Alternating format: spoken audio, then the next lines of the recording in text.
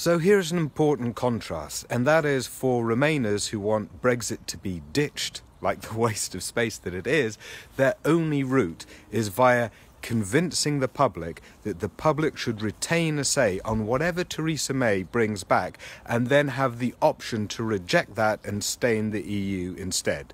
So the Remainers' only choice, only power, is through the public discourse, getting a public majority to have a public say that then pushed pressure on politicians in order to go through the route that they want.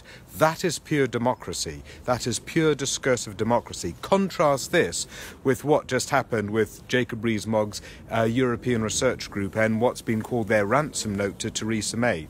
They are pushing on her views that are in the minority. There has never been a public majority for leaving the customs union or even leaving the single market. In fact, if you've seen polling on that, even just after the referendum vote amongst Leave voters, it was 54% staying in the single market but dropping freedom of movement, and only 35% for leaving the single market. So they are pushing on her via a hostage situation because they can bring down her position.